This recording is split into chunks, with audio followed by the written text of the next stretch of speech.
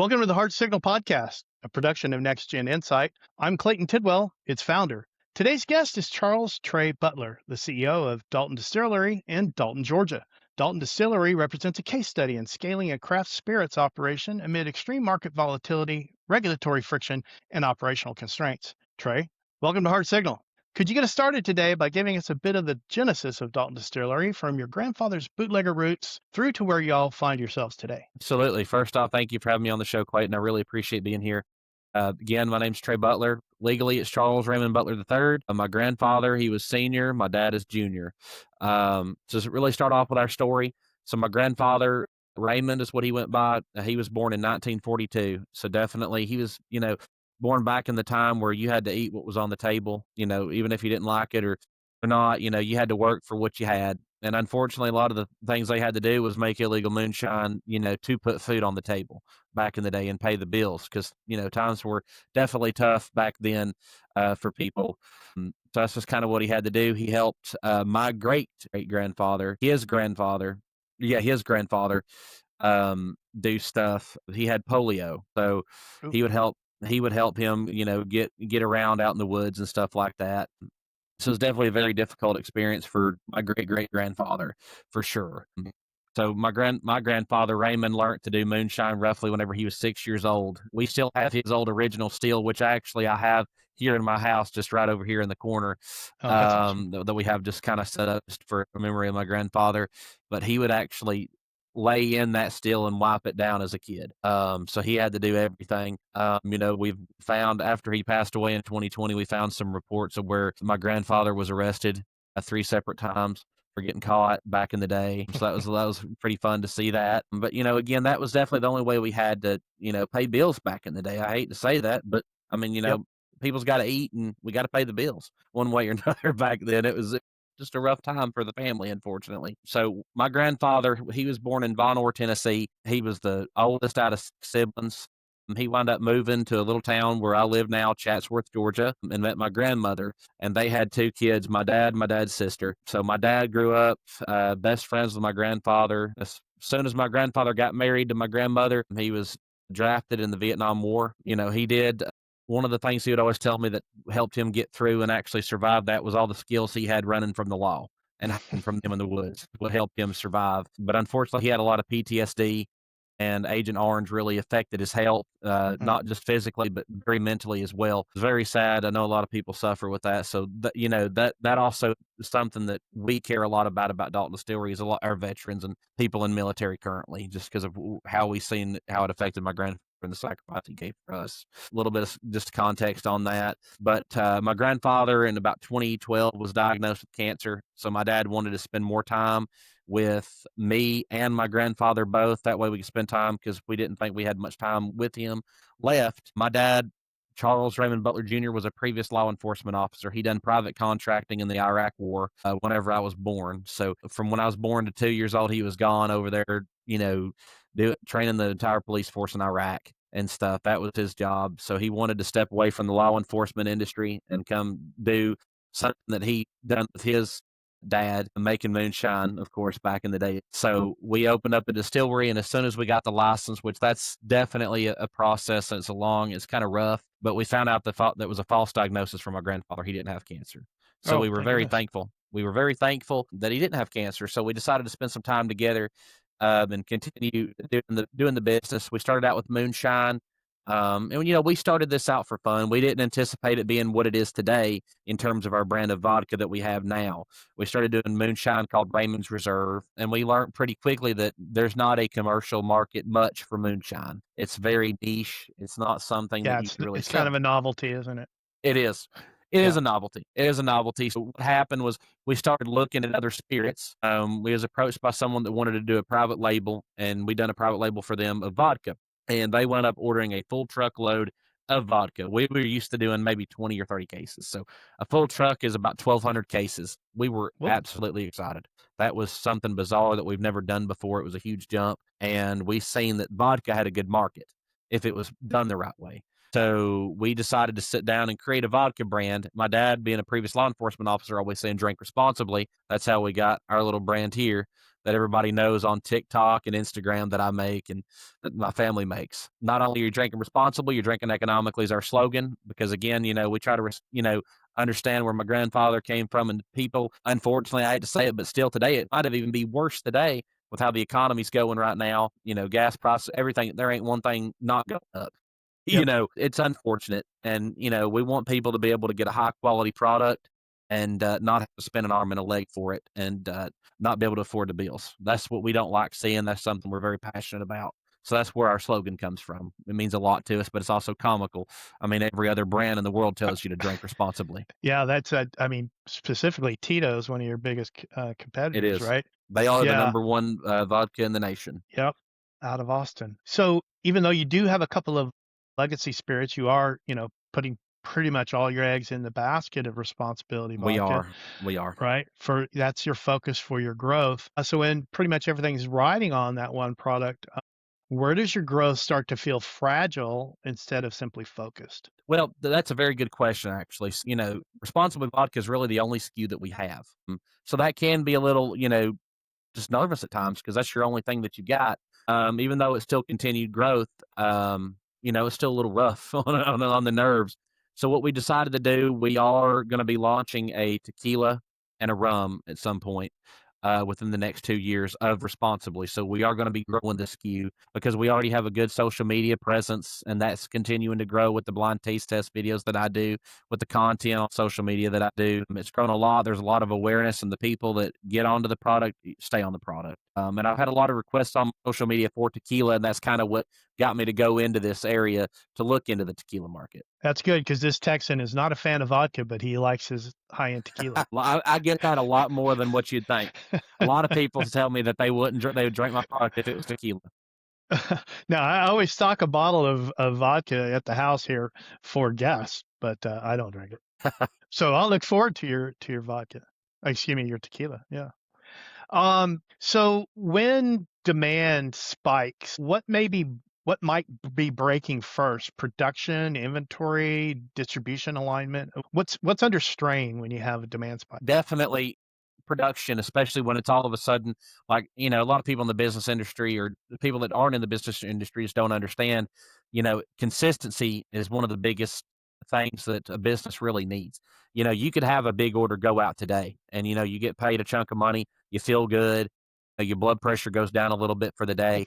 And then in a couple weeks, you don't get another order for a little bit. That's where it can get scary. That's the biggest problem that we've had back in the day with the old wholesaler. Now things have gotten to where it is starting to grow more consistently now that we're with our new wholesaler, Georgia Crown, that we've been with since November of 2025. They're able to scale it throughout the whole entire state of Georgia effectively. We grow accounts effectively. So it's not so much as up and down when it comes to sales like it was with the old wholesaler.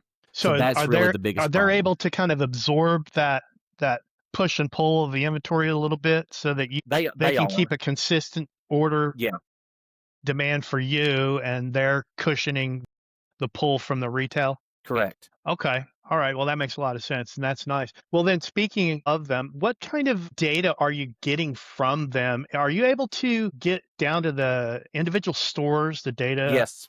pulls? Yes.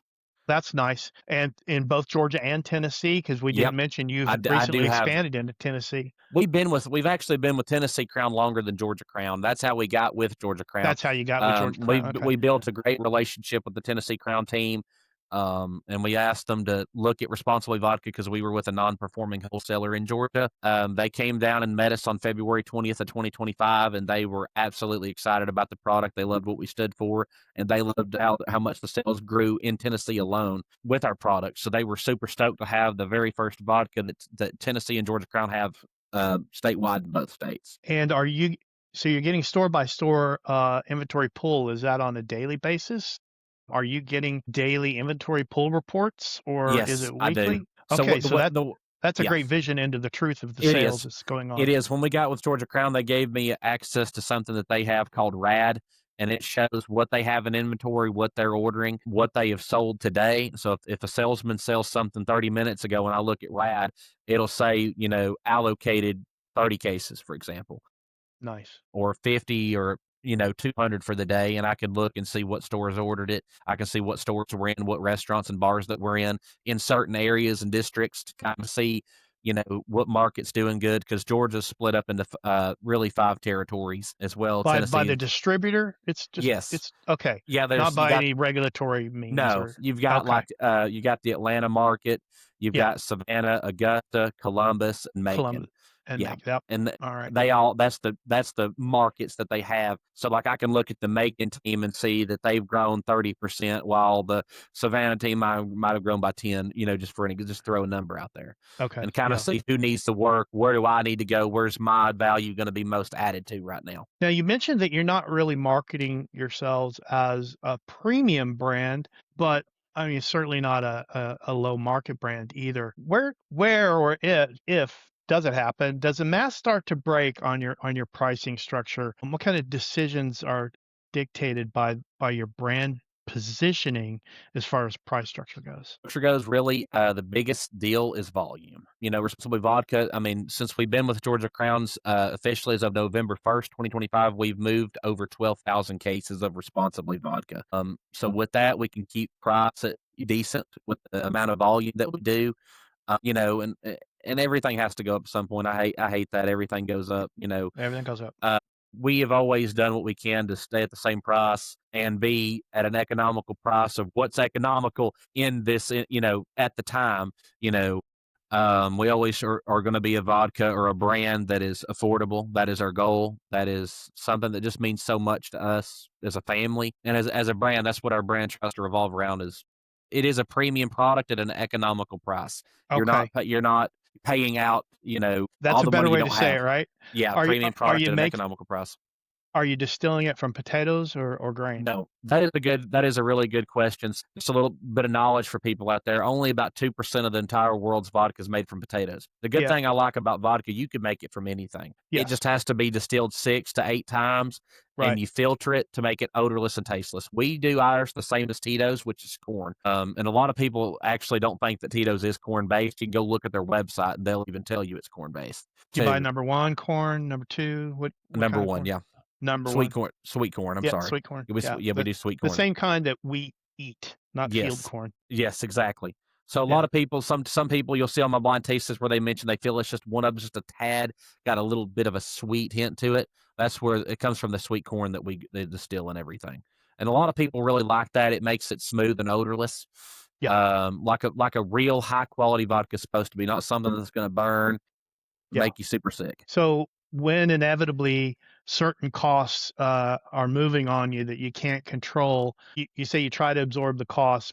When does that when is the breaking point and when do you have to show that up in pricing? Like for example, and this is I'm just kind of making this up. We have, corn is at $5 a bushel. We've got a locational spread on that, right? When it goes up to $6 a bushel, you're like, oh, I'll eat 50 cents of that, but I got to move it. Exactly. That's another really good question. Definitely we can all agree times are getting tough. Freight's definitely one of the biggest things I've noticed in the There you past go, 2 freight. weeks. Oh, Freight. especially, yeah. I There want to are they mention adding freight. are Yeah, they I adding want to fuel mention freight. surcharges? Yeah, I want to mention how bad freight is when we get our supplies in, our bottles, our boxes or whatever. I mean, freight, it's just ridiculous. So, the way we try to do it, we try not to up our price. What we do is we do more of a volume game. We think of creative ways to get more sales, more TikTok videos, more events that we kind of go to that are local, or, a good viral video or something. That's kind of where I come in. I try to think of something creative to really show the people that even though things are, again, going up that nobody likes to admit, we're doing everything we can to keep at the same price point. So that leans right into a question we didn't really talk about in our pre-call about your social media presence and your marketing on that. But Correct. this is kind of where a question I kind of prepared kind of leads into that. How does your product actually get understood at the shelf? It's through this TikTok. You're virally It is. marketing via It TikTok, is. right? It is. Okay. And are Uh, I guess you're, what's the term? Fencing or gating because you're not necessarily want to pay TikTok to market to Correct. people in North Dakota, right? So when I first done my first video, I tried targeting it to Georgia, and it Yeah. got all over. It got people in Sweden, people in New Zealand were calling me, and I said, "Dude, I don't Oh, know how to wow. get it to you yet." I was like 21, 22 at the time, and I didn't know I was just super shocked that I had a 5 million view video in one night. So Whoa. we were extremely excited. So we got a lot of views on the videos. We got a lot of brand awareness going on. And to me, that's more than you're going to pay for any billboard or any partnership out there, unless it's with a social media influencer. That's kind of what really got me inspired with social media. So I do other types of content with that, with how much I've grown on social media. And also the biggest thing with alcohol specifically is so regulated, it's hard to not get your video taken down with the vodka. Mm. You got to know what you're doing, and it's something I've had to learn. I've had a lot of my You could videos taken down. you could not have anybody actually consuming it on the video, right? You got to find a way around it. You have to, and that's kind of where my specialty comes in at a lot of this stuff. Now, maybe it's not your target demographic, but is the majority of your demo, are they, under 30s? I've seen a lot of 20 to 50-year-olds that have gotten it. I've seen even some older people that have gotten it. I had this one guy from Alabama who actually drove an hour and a half to a liquor store just to try it. He goes out and he picks up a bottle and he looks at it and he actually tried a little bit and he goes back into the store and he buys 3 cases because he said he loved it so much. And he said that he couldn't get it in Alabama, which Alabama is definitely one of the states that I'm covering in a new series soon on my TikTok channel about how distribution works in each state. Yeah, maybe you can get somebody there in Phoenix City to cross the Chattahoochee and pick it up over there in Columbus and wheel it over for those thirsty folks over there. Exactly.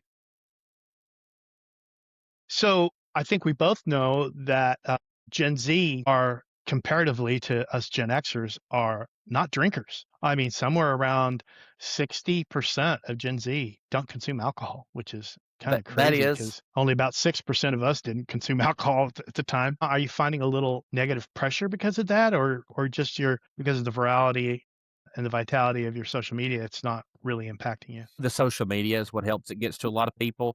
Like I've had a lot of people who, you can go look through a bunch of my comments. People who don't even drink vodka or like vodka at all have went and just bought a bottle just because they've seen it on TikTok so much, and that really helps sales. That gets brand awareness going. It's helped us get into new accounts and restaurants and bars. I'm going to have to ask my kids to have a look because I've never been on TikTok. There's reasons, but I'm going to have to ask them to have a look and see. Yeah. So as things scale, what starts to strain first? Space, coordination, visibility. What are you feeling the strain of as you're growing? I would definitely say space for us, just because now, again, we got a smaller facility. We got it. We was expecting just to really have people come in, do small volume, just make a living, be okay. That's what we expected when we first opened this place up. Biggest thing, in our facility is space. We roughly 3 to 4 truckloads. And the way we're growing, we're definitely going to surpass that. So definitely keeping volume going out of our warehouse is definitely the way we can, handle that. But what about still? Do you have enough stills? Do you have enough We space do. for stills? Yeah. Yeah. Okay, you're good to go on I mean, that a lot of for times too, now. like, yeah, for the work ethic that me and my father have, and our team, we got a decently big family that we'll have come in. We've worked night shift before, just distilling the vodka and filtering it. I've stayed the night there. My father still stays a lot of nights when we're filtering, getting everything to taste the way that it should, making sure the quality is as high as it should be. That's something we take a lot of passion in. Now you're And that's something filtering we're going 6 times. How long does it take to distill a vodka and filter it 6 times and then bottle it? What's that time? Sorry, we distill it 6 times. So Oh, excuse when me, it right. comes out of the Yeah, still, we put it back I'm in sorry. there for a total of 6 times with Right, you gotta take the responsibly. head off Yep. and Yep. yeah, all that. Yep, that process can take anywhere from a week to 2 weeks on like a very slow, definitely during the winter maybe is when it can take From like 2 first weeks. distillation to Yep. bottling, 1 to 2 Yep. weeks, depending on Yep. weather. So the warmer the weather and the lower the humidity, the faster you can Correct. distill. Correct, the fermentation and everything like that. But I mean, we've definitely done a lot. And the filtering, we do it for 36 hours. So we filter it by a batch of 270-gallon totes. The way we do it, after we get it distilled and get it to the right proof, we let it filter for 36 hours in a reverse osmosis charcoal filter to make it smooth and odorless like vodka's supposed to be. A lot of your cheap vodkas, people don't put the time, nor do they even filter it at all. So that's shows up in its harshness. That's where you're going to get, your Taka, for example. I'm just going to throw that brand out there. Everybody's going to know who Taka is. They're super, super cheap, and that's why. That's where you get your cheap vodkas at. But with responsibly, we put in all the hard work. So people that, want to get something like that want to get Tito's, but we have to admit Tito's is 30, 32, $35 for a half gallon. That's just too expensive for a vodka. It's not worth it at that point. You shouldn't be paying that much for a vodka, but you don't want to be paying, $15 for something that's crappy. You want to pay something high quality. That's what responsibly does. What kind of operational decisions around your distillation, around filtering, around bottling, which ones take longer than they probably should? I would say at times, just especially, I'll go ahead and say, like, we've definitely the bottling part can take a while whenever you get like a lot of your guys that are sick, or you get a lot of people that call out from our bottling line that we have. We usually have 5 people on the bottling line whenever we're bottling from tote being to in the bottle and boxed, ready to go out the door and palletized. That's really been the biggest slowdown that I've seen. So we have to have, like a temp agency or something where people will come in, and you can get somebody back on the line pretty quickly if you lose 1 or 2 people or somebody calls out sick, especially with the weather. Something I'm just going to mention out there. I'm sure you know how bad the pollen's been, but I mean, I can't tell you one person that I personally know that hasn't been sick in the past 2 weeks. Knock on Me. wood, except me. I haven't. Thankfully, I haven't been. I've been okay. I'm knocking on wood right now on my wood desk here, that I'm Yeah, not I'm going to pretty get that. fortunate. People get ill or all the But pollen stuff, and I'm almost that's why immune. It's whenever I get crazy. home, if I'm not feeling too well, I just take a shot of responsibly, and I'm feeling a okay. Well, you're home, so you're being responsible. That's the whole point. That's another thing about our brand I want to mention too. My father, as a law enforcement officer, he had to witness a lot of DUIs and Yep. stuff, and that's something that tore him up, of course. And that's not something we believe in. We don't believe in, giving up something. We believe in controlled. Like, I'm a bigger guy, for example. I'm big, but I've been eating a lot better the past 6 months, and I've been doing a new series called Eat Responsibly, Drink Responsibly. So, Awesome. like, that's kind of what we're trying to do with like a Also on TikTok. lifestyle. Yep, we're trying to do Okay. a new lifestyle change for people, saying you don't have to give up something, you just need to control it, like what we Yeah. do with Responsibly. Everything in moderation, right? Yep. So yeah, speaking of your dad and law enforcement, that kind of leads us right into regulations and how state regulations can actually interfere with how you That's run your yep. business day to day. And I know you're Yeah. kind of keen to you know get a little bit Yes. off your chest there. I Where do will. I am. regulations get interpreted differently depending on who you're dealing with? So it depends on the state. Every state's going to be a different ball game. Like Yep. Florida, little thing about Florida's a lot easier to deal with. It's almost like a contract, an actual contract where you get with a wholesaler and you can say, I'm going to stay with you 2 years. You have to move X amount of volume or I'll leave in 2 years. You're not really bound to them, for example. So something I want to talk about with Georgia, and I done a little series on Georgia too, just the other day on TikTok. But Georgia is, I'm just going to say it's a very corrupt state when it comes to alcohol distribution. It is a form called an ATT 104 form that is your brand being registered to a certain wholesaler. For example, Georgia Crown. So the ATT 104 form, Georgia Crown owns this brand distribution rights fully. It's I'm married to them. So there's no We're married. competition once you Nope. contract with a Nope. distributor They're until your contract you're runs out, theirs. and you can No, shop it no, around. it never runs out. It's life. Whoa, It is a lifetime situation. what the heck? So if we were a very unfortunate, and this is something I like for people to understand in Georgia, because nobody else is going to teach you this. If we had the unfortunate events of having a wholesaler not understand that I have to be paid. That's the best way for me to put it. He didn't understand we Okay. had to be paid. And it was a very unfortunate fight we had to go through. I mean, I've got text messages. I'm going to do a whole series on that, of where this wholesaler sent me messages refusing to pay me, stating it was funny that he wasn't paying us and that he's not going to. So Wow. there's this rule that even half of the Georgia Department of Revenue doesn't know, because we called them for several years on this and they didn't know. It's called Georgia Rule 560-2-5-.10. So we tried getting away from them for a couple months, and we didn't know about it. And we finally reached out to our local DOR agent who services our area, like your restaurants and bars and distilleries that just comes in. We asked him, said, "Can you please tell us how to get away? Is there a way, or do we just need to just stop? Because I mean, we can't keep doing business like this." And he sent us the Georgia Rule, and it is a complaint that you can file as the supplier, such as myself, against your wholesaler if they refuse to let you go. Obviously, our old wholesaler didn't let us go, so we filed the complaint, and it has to be considered sufficient cause for you to get let away. The Department of Revenue determines whether you have sufficient cause. Your And they text don't have messages sealed the deal, they though, right? well, they don't even have to. So here's the thing: they don't have to say that it's sufficient cause. It can be sufficient cause. So they can say, we don't care that you've been paid for 3 years late, for example. We were paid since February of 2024 to February of 2025. We sent out 47 invoices to this old wholesaler, and he paid 46 of them late. So we complained on that. I had a lot of text message proof of where we've just emailed him, texted him, just asking him, if something's wrong, we're not going to judge you. We understand, even though it sucks, it's okay. We understand you're a smaller guy too. Let's work together and figure out something. He's just very rude.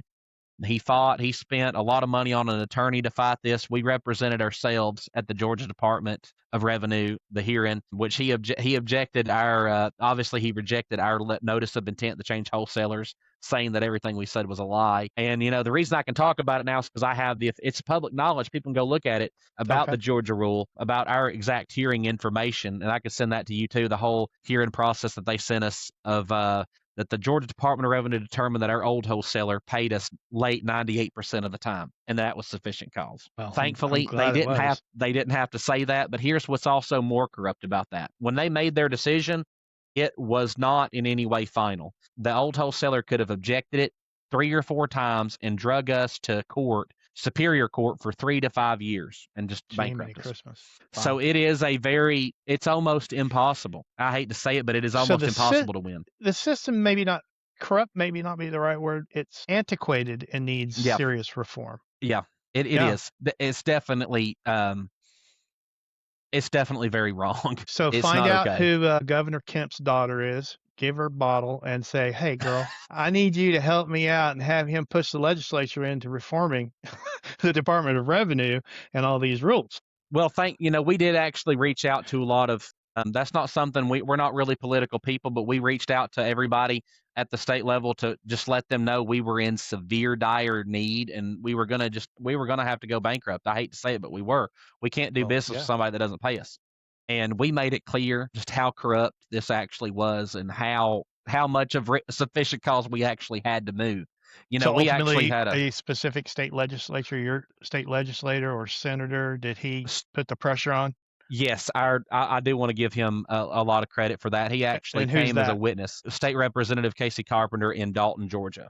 All right, give it up for Casey Carpenter. He All right. actually did. I want to throw that out there again. We're not political people at all, but he did. We all have to live and operate in a political environment, did. especially around business. So it is what He it is did. when you have to reach out to your legislator to help grease He the did. wheels of bureaucracy. We reached out to the one that's actually here in Chatsworth where I live, Jason Ridley. Both Jason and Casey are both on the Regulated Industries Committee, so they're in charge of this law Oh, that's that being helped. made. Yeah. Casey actually was a witness at our hearing as well, to show credibility that we was really being done wrong.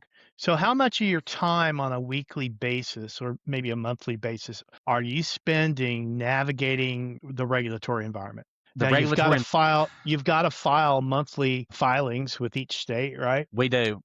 And No, that's actually, at least in Georgia, that's not our job. Okay, our job is that's the distributor's job since he yeah, owns the product, right? in Georgia, yes. I do Okay. know, I believe in Wisconsin, the supplier myself does have to do it that way. So that is kind of but also the Department of Revenue is like in Wisconsin, they're a lot more friendly than they are in Georgia when it comes to that. Well, we And know it's a how lot. much those people in Wisconsin like to drink too, right? We do. They're a lot more friendly to suppliers in that state when it comes in terms of not being stuck with somebody. Well, I think that's a legacy of, Georgia, Texas, the South being in the Bible Belt and, the antiquated alcohol laws that, it's just a legacy of where we've come from, right? Correct. Yeah. Correct. But we do have to file monthly reports to the federal government of just kind of what we produce, what sales and stuff like that. That is something that the distiller has to do for excise taxes on the products. So to close out, maybe one final question here. What are you most likely to be underestimating right now? I would say the real potential and value of the brand. Okay. Just with the name alone, I mean, drink responsibly. We have it trademarked. It's a big deal, really. I It mean, really is. people, for the first time in your life, you can be drinking responsibly is what we tell everybody. And people think that's funny. People love it. It's a slogan. Every other brand It's in the excellent. liquor store says drink responsibly. It's got a great story. It's something that a lot of nobody else can have this kind of story at all, especially with our name and where we come from. It's very unique. What we do, what our family does, and the type of social media exposure I have. One thing I also want to throw out there is now that Yeah. me personally at Dalton Distillery, we're offering now classes to help people launch brands of spirits, beer, wine, and other food and beverages out into the market, since we have a You're lot of offering a connections. consulting, We are. some time consulting, aren't you? We are to help grow brands because we do have a lot of experience in that, and we also definitely have a lot of knowledge with being done wrong, and struggling with a lot of things that that money can't really teach people, and as much as I hate to say. Well, So yeah, that's something new that we're doing. I've we're definitely humans, and been. so often we have to learn the hard way, right? We do, and I hate it. I hate it. It's awful. Yeah. Well, Trey, thank you so much for joining me today on Hard Signal. It's a great story. I'm definitely going to be following along for a long time, and I'm going to tell my kids about you because they all like their Yeah, vodka when they do drink. absolutely. Although I'm happy to say they're not heavy drinkers, so Well, that's good as long as they drink they're typical responsibly. Gen Zs with that do drink. They just drink responsibly. They have to be drinking the brand to be saying that now. Yeah, yeah, yeah. Since you got a trademark. All right. Well, thanks so much. I hope you have a very good evening, and thank you again for joining me. Absolutely, you as well.